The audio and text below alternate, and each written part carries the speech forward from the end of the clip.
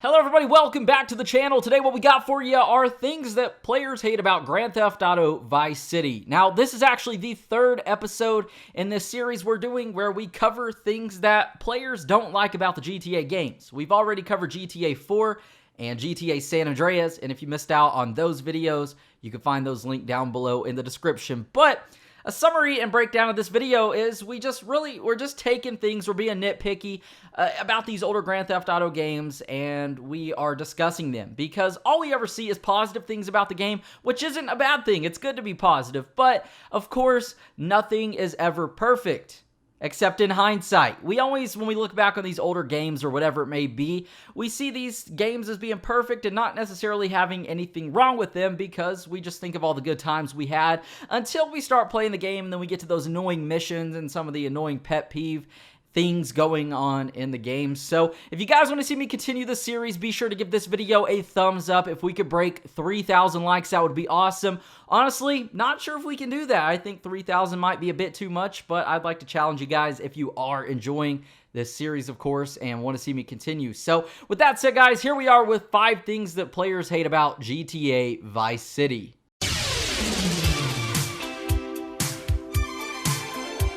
Number 5, swimming. So this is something that players have always found annoying about the older Grand Theft Auto games, which would be GTA 3 and GTA Vice City. So in these games, we can't swim. We've got this really cool protagonist who's just awesome, who runs these cities, kills people, does a lot of crazy psychopathic things, except they can't swim.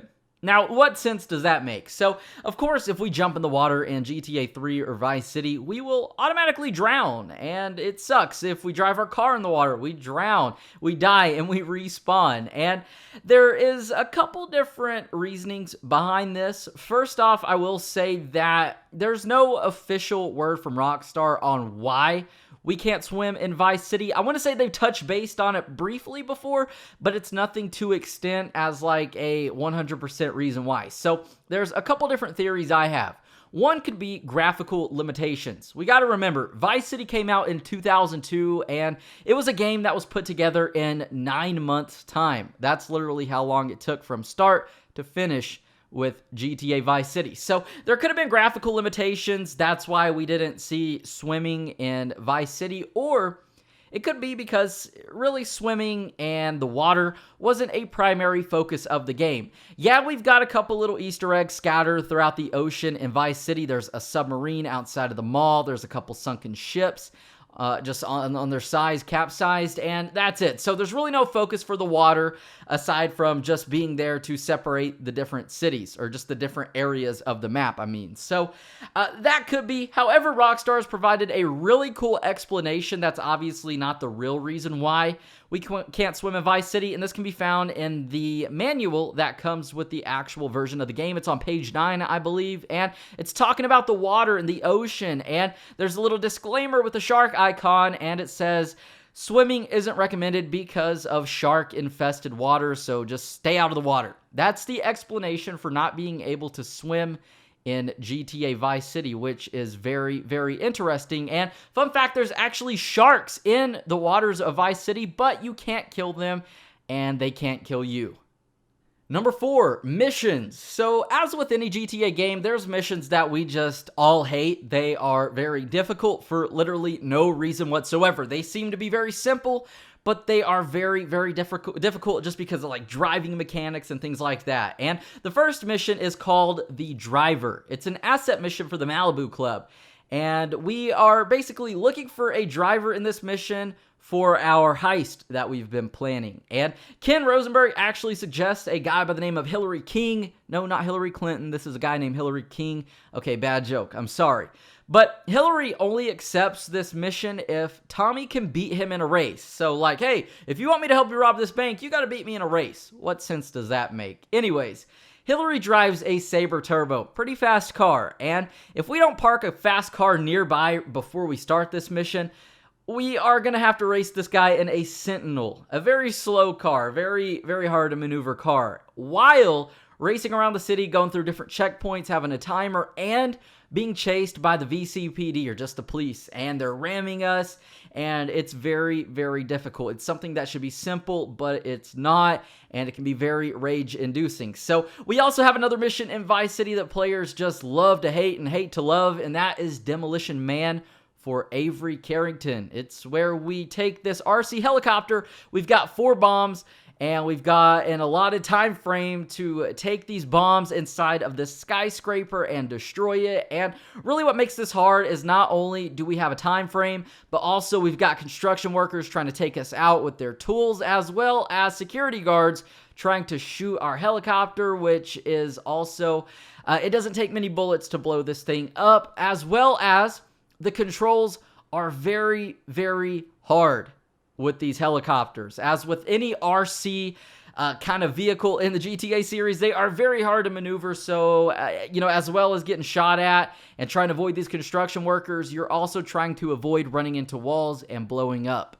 Number 3, cops. Now, cops in Vice City are widely regarded as being the most annoying in the 3D era of the GTA series, which is consisting of GTA 3, Vice City, San Andreas, Liberty City Stories, and Vice City Stories, because in Vice City, there's literally a cop on foot walking around every 20 feet. You could look behind you and then look in front of you, and a cop's gonna spawn. They are everywhere, and because Vice City is such a small map, if you have a 1-star wanted level, a lot of the times you're screwed because that's gonna turn into just a huge police chase, and it's going to be very annoying, especially when you just want to start a mission and say a cop pulls out in front of you, or you accidentally just touch a cop car and you've got the cops on you now.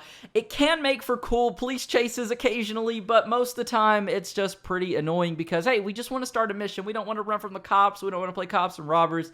I just want to start this mission. Number 2, customization features. So this is one of the more prominent things I've talked about in the last 2 episodes, and I'm going to talk about it once again. So it's customization within Vice City. So it was lacking in a couple different aspects, and it's really just me being nitpicky because we're so spoiled with what we have in GTA 5, as well as kind of what was introduced to us in San Andreas. So in Vice City, there's not too many special vehicles, like just customizable cars, and just ultimately cool vehicles that are scattered around the map in secret locations. This is something that we see more prominently in San Andreas, as well as GTA 4 had a couple of them, and GTA 5 has tons of them. But there's really no vehicle customization whatsoever. There's no character customization whatsoever, aside from just changing outfits, which what I find funny is that Tommy's outfits, instead of being in his closet at his apartment or at his house, they're scattered all around the map at these clothing stores. And one pet peeve I've always had with Vice City is that when you respawn, say you've got on a special outfit and you die and you respawn,